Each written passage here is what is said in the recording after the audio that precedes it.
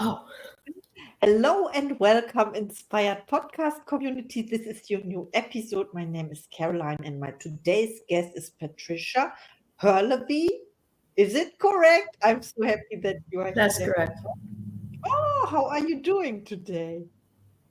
I'm doing pretty good. It's nice weather, calm Amazing. day. Yeah.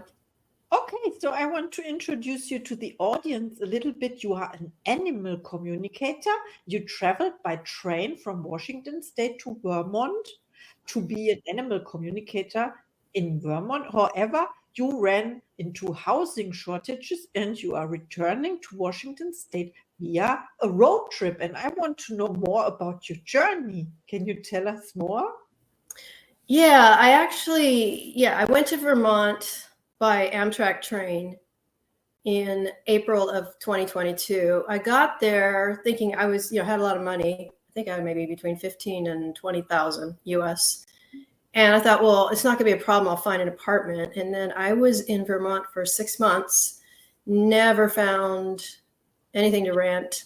The only work I could find was not of an animal communicator. I was actually writing for a newspaper and magazines, not making a lot of money. And then when my money ran out, I went to Pennsylvania because I wasn't able to get back to Washington State. So I've been in Pennsylvania since the fall, since October of 2022. And I thought I was going to stay. And then this past winter, well, my dad died in December. And then I said, well, you know what? I wasn't feeling homesick for Washington State until I came to Pittsburgh. And then when I came to Pittsburgh, it's like, oh, I really need to go back to Washington State. So the road trip is, well, I thought I was going to be doing it with a friend, but she teaches ESL, or English as a second language. And so her classes start at the time that I needed to get back. And so somebody else and I are planning this road trip. It's a friend. And it will be going through from Pittsburgh to the Seattle area. And we'll be crossing the northern United States, similar route to when the train came across.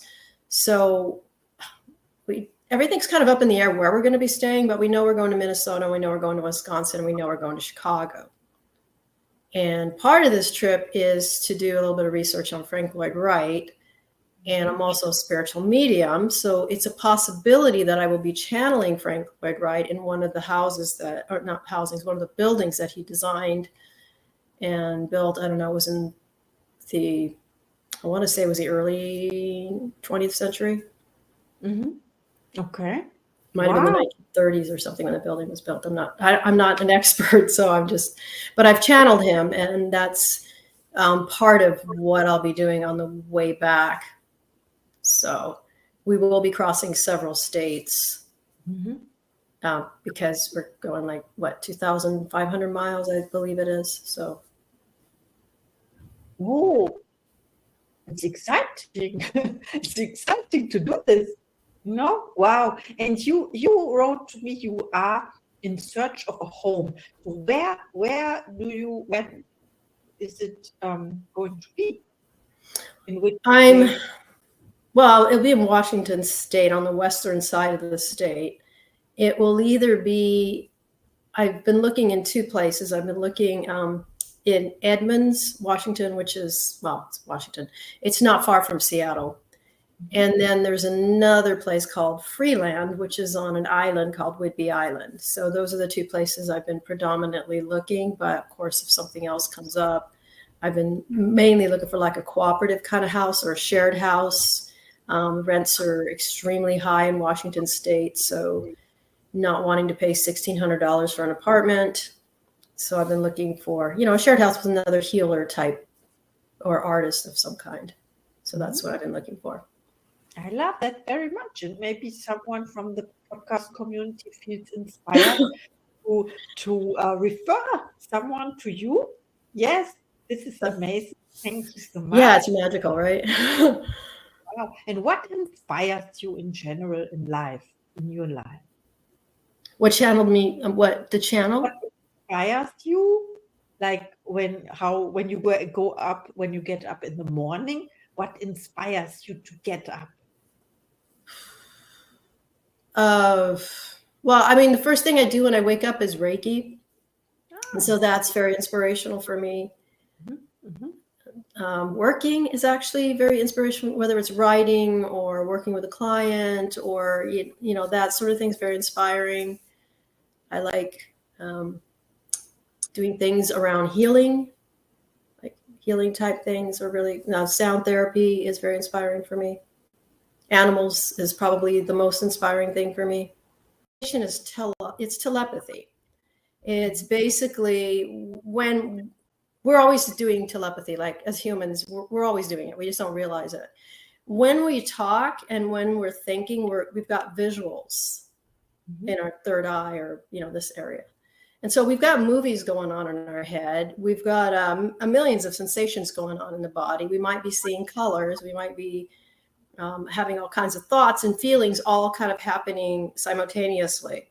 So animals also have that. And the way that we communicate with them is this language of telepathy. So when you tell a dog, this is my favorite one, when you tell a dog you're going to take them to the beach, but you're thinking of the vet and your body's got that dread, like, oh, I don't want to have to do this, the dog is not thinking beach, even though you said the word beach. The dog is thinking the vet because the predominant thought, even though people don't realize they're thinking visually, is the vet.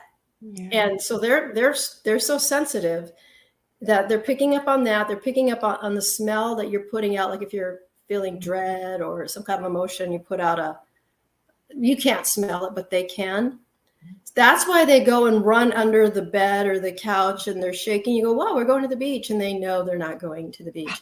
I mean, they may be fooled the first time, but then after that, when you say beach, they may even start thinking the beach is not the beach. Mm-hmm. So then you end up with a dog that doesn't want to go anywhere. So that's why I always tell people, be careful that you're not saying one thing to the animal and thinking the opposite. Because then they're not going to trust you, right? Mm-hmm. So that's how I do it. I mean, it's all done picking up feelings from each other, interpreting them into words. I mean, because they don't speak in words, we do. And that's the hard part. The hard part is taking the sensations and the feelings and the images and then translating that into words. I see, I understand. And I think it's the same with us human beings. When you say something and you think or feel the other, the other person will pick this up as well. You know this. Right. But the more we can do that, the more we can like realize like, oh, when I'm talking to this person, I'm putting out all these other signals. I mean, a good example of that might be going to a job interview where you're trying to exude all this confidence and stuff, but maybe your body language isn't really showing the confidence. Your voice might, I mean, or your words might, but then the interviewer is actually looking at more than just what the person's answering. Yes, absolutely. So my next question is, who inspires you? Did you have coaches for yourself or mentors, or where did you learn how to communicate with animals? I was taking a class and the instructor showed us a video of a South African animal communicator, and I can't say her last name. I think it's maybe Britannia or Britannia something. Her first name is Anna. And there was a video of her speaking with wild animals. It was a leopard that they named it Diablo, which is probably not nice to do to the animal. And the leopard didn't do whatever he wanted. So then when she was able to communicate back to the leopard that he was able to do whatever he wanted to do, he actually calmed down and he wasn't as aggressive. And then eventually he left his enclosure and wandered around, the sanctuary. And then she came back to do a second communication with him and realized that he had made a lot of progress from being this aggressive animal that was attacking people to being calm and just wanting its own space. And, and the sanctuary respected that. And then they had a better relationship with the leopard, but the leopard was confused when it first got to the sanctuary, which is why it was being aggressive. So she is, that's not the only animal communication she's done. She's actually really famous. And I think a lot of us animal communicators are very much inspired by her. And then the other one would be Jane Goodall. So with the chimpanzees. Wow, I love that. Thank you very much. And my next question is, how do you inspire other people?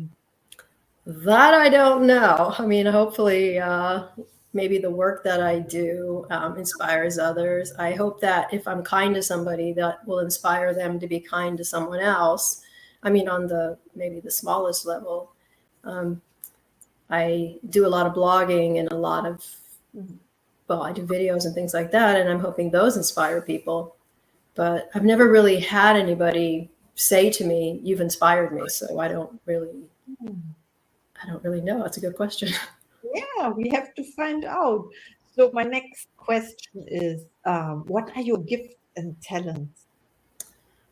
I'm a communicator in writing with the animals. Pretty much everything that I do daily life is communicating in some way. And I even majored in communication for humans, back in the day, like decades ago. And so I've always been drawn to writing, visually communicating. I know that everything's communication, from the color that you decide to wear on any given day to we're always communicating. And that's that. And then the other thing is I love doing spiritual work. So energy healing or sound therapy, music is another gift that I have. Like I was doing music for childhood all the way to my 30s. I was in my 20s and 30s. I was a musician. So. What would you say if someone is not communicating? That's hard. I have a hard time with, because how you get people, and especially like maybe this is almost a cliche, but you get a woman and a man, a wife and a husband, and then the wife will be angry because she'll go, "Why don't you communicate with me?"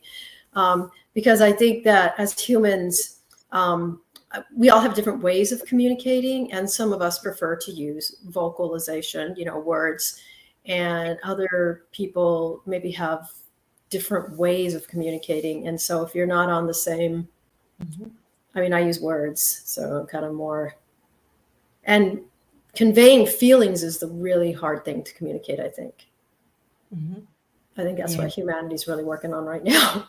Yes. Wow, that's it. Yes, thank you so much. And do you set goals for yourself or intentions? And what goal for 2024? Well, right now my goal is I'm doing a fundraiser to pay for this road trip. So that's a goal.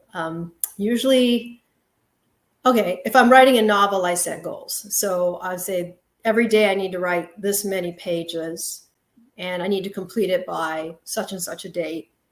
And then I'll have like a schedule for rewrites and sending it to other people to read it and, editing, all those other things. And then I'll have a deadline for when I want to complete the whole draft, So that's a lot of planning, and that's a lot of I don't know if it's goal setting or if it's more planning, but kind of more daily goals. Like, this is what I want to do today rather than this is what I want to do 10 years from now, because it's kind of hard to think that far ahead. Yes, that's true. Thank you for sharing. And I have one last question for you. Is when people reach out to you after listening to our podcast episode, how can they help you with? And do you have special offers and services? Do I have what? Special offers and services. Well, I do have services. I don't have any special offers. Those have never really done very well. So I do animal communication. I do remote Reiki for animals, and I do pet, I don't like to use the word ownership, pet guardianship coaching for the human. So those are some of the things that I'm doing a lot. That's where I want to go, but I've also done astrology and some other things as well. So, but I'm moving more toward working with the animals, I think. I love So if you have an animal or a pet, please reach out to Patricia. She's amazing. She knows what she's talking about. And this podcast is to connect people, so you are at the right place. And if you have a last message to our audience, that would be awesome. I would say to not have any regrets. Like you may have had a quest like I did, and you go on the quest and it doesn't work out the way that you'd hoped it would work out. And it's not a waste of time. It's not a waste of money.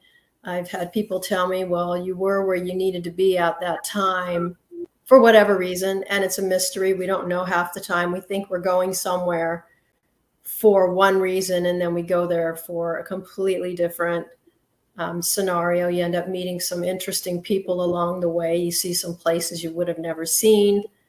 So it's never a waste. I know a lot of people are relocating to different countries, relocating to different states or provinces, and then they get there and it doesn't work out.